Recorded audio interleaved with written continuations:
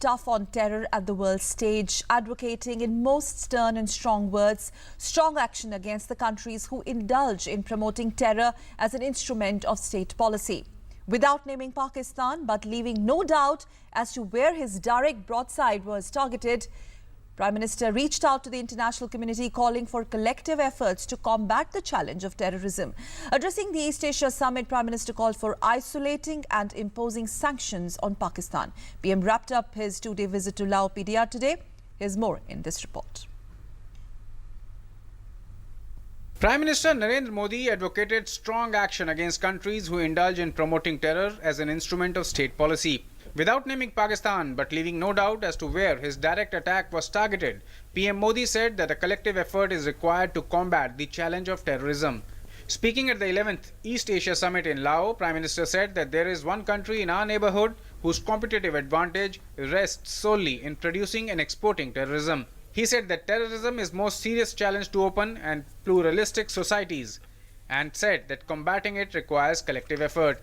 But Prime Minister did not stop at just suggesting an effort. He in fact went ahead and said that while export of terror is reducing space for peace and increasing space for violence, it is also putting at risk peace and prosperity for all. He said that the nations now need to target not only the terrorists but also their entire supporting ecosystems. And the strongest action, he said, should be reserved for those state actors who employ terrorism as an instrument of state policy. He further said that time has now come to stop this global exporter of terror and to isolate and sanction the instigator. On the issue of navigation in South China Sea, Prime Minister once again laid down India's stated position in a gathering that had US President Barack Obama and Chinese Premier in attendance. Prime Minister said that India supports freedom of navigation, overflight and unimpeded commerce based on principles of international law. Prime Minister Modi stressed that sea lanes of communication passing through South China Sea are main arteries of global merchandise trade. Clearly, Prime Minister seems to have decided to target the menace at its very roots and galvanize the international community to pressurize Pakistan to seize its terror factories and bring to book various terrorists who seem to be having a free run in Pakistan while they have been declared terrorists by the international community.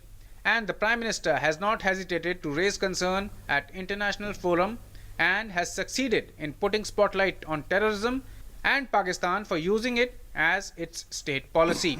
With Arun Sharma in Lao PDR, Bureau Report, DD News.